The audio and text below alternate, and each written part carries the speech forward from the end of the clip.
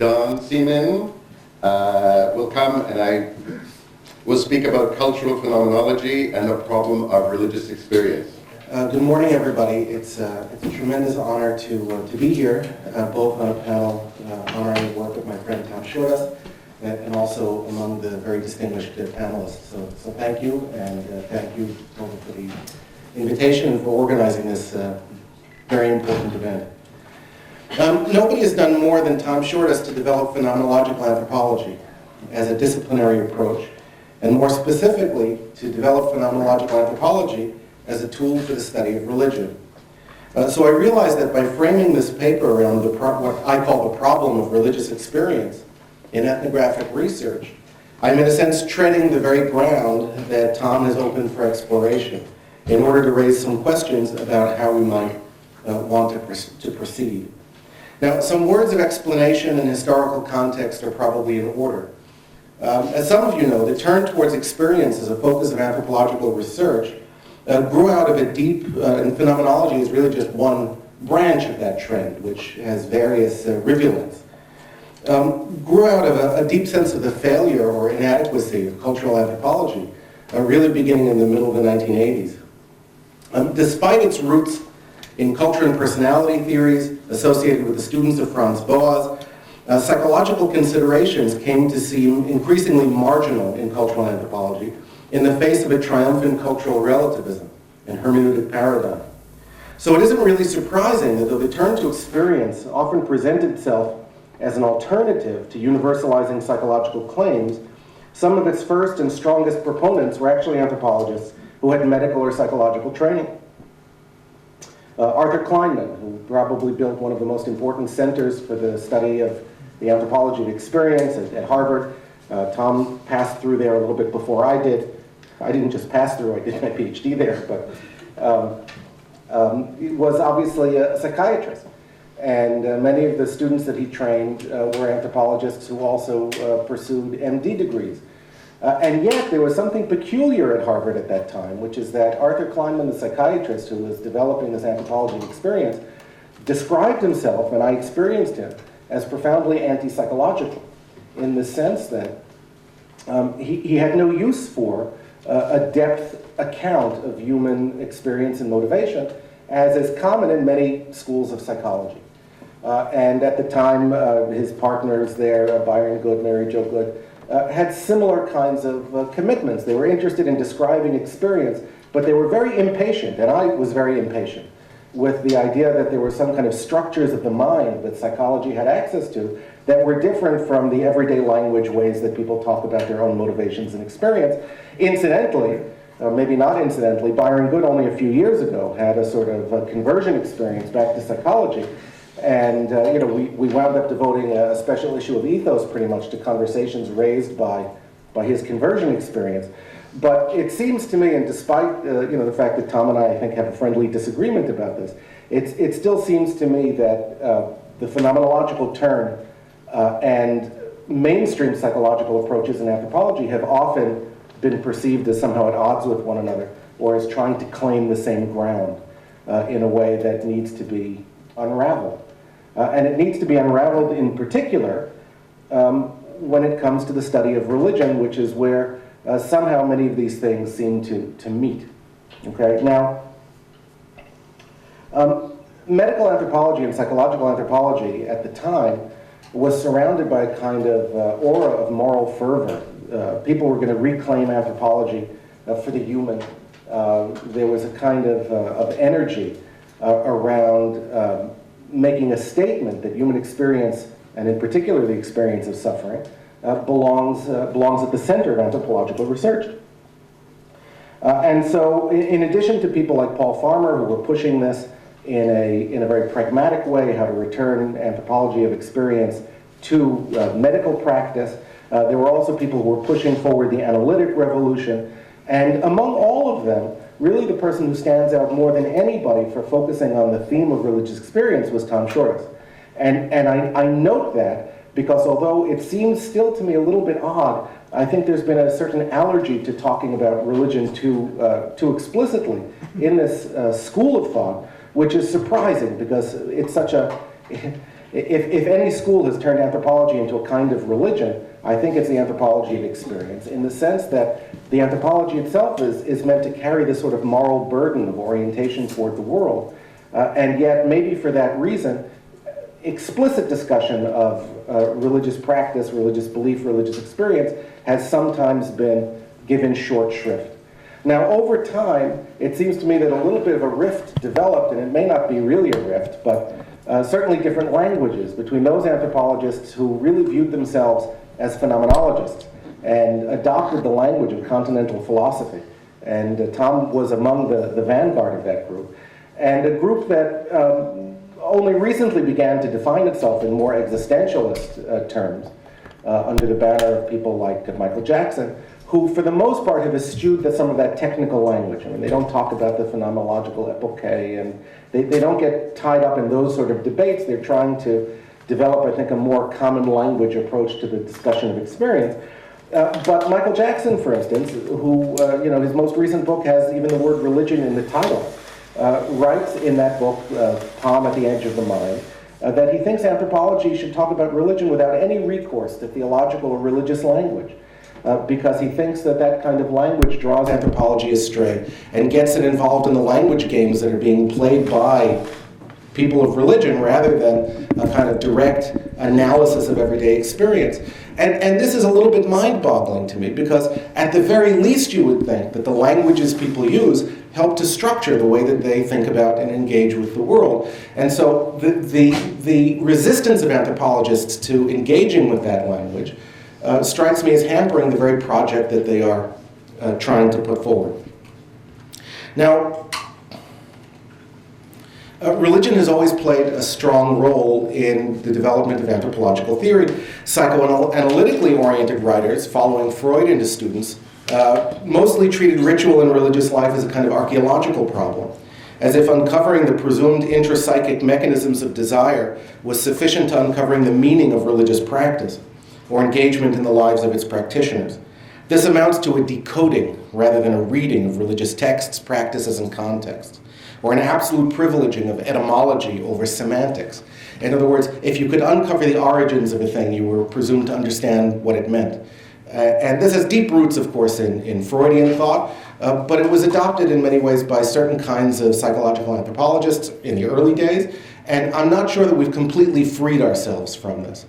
So on the one hand, you have a group of anthropologists who are a little bit uncomfortable talking about religious experience because it threatens to take them away from what they perceive as the everyday moral experience of sort of living in the world. And at the same time, you have an inability to evade talking about religion simply because if experience is moral at its core, as many people in this sort of school have maintained, then it inevitably touches on themes of cosmology, of obligation, of the encounter with others, which are indubitably kind of religious themes, at least for many people. And so we find ourselves in this sort of bind of not knowing exactly what language to use. And I want to suggest, by the way, that there's an earlier model, which maybe we need to return to, which was Gottfried Lienhardt, whose early work, Divinity and Experience, I think really treads some of the ground which we're now trying to recover in terms of talking about religious experience in non-reductive ways and orienting those to the everyday lived problems, whether they were problems of kinship, problems of sustenance, that motivated people's activity in their lives, but not treating religious experience as a kind of epiphenomena of those things, but rather as a substance in its own right, a topic in its own right that needs to be engaged. Now, when I was reading Tom's early work on embodiment and charismatic healing, I was very excited about it because it struck me that this was the first writing in anthropology that I had encountered up until that time, which was trying to take a thorny problem like religious healing and explain how it works using the mode of phenomenological analysis. And Tom pioneered a term which he called cultural phenomenology, which was an attempt to return to phenomenology the ability to engage with cultural difference. In other words, whereas some of the philosophers who speak phenomenologically assume a kind of universality of the structures and intentionality, Tom tried to return that to a way of thinking about cultural difference as well. But there's a problem still at the heart of this. which is that as much as you can talk about cultural difference, well, let me take it a step back and say it a different way. Phenomenology as a philosophical paradigm was about the erasure of culture.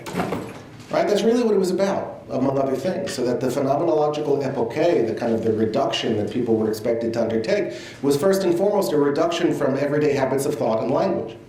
So the idea of somehow pairing that with attention to culture was a little bit paradoxical in ways that I think at the time I didn't even fully appreciate. And I don't think we found a way to quite work through how that is supposed to happen. In other words, is it really a phenomenological approach if what you're doing is returning all of those common sense attitudes to the account rather than trying to evacuate them from it?